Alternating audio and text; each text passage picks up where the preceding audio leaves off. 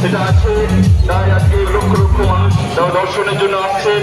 আমাদের বর্ধমানের শোভাযাত্রা, প্রত্যেক শোভাযাত্রার যারা উদ্যোক্তা তাদেরকে আমরা আহ্বান জানাই, তাদেরকে আমরা উৎসাহ প্রদান করি যে বছরের পর বছর আপনারা বর্ধমানের বুকে এই ঐতিহ্য বহন করে চলুন।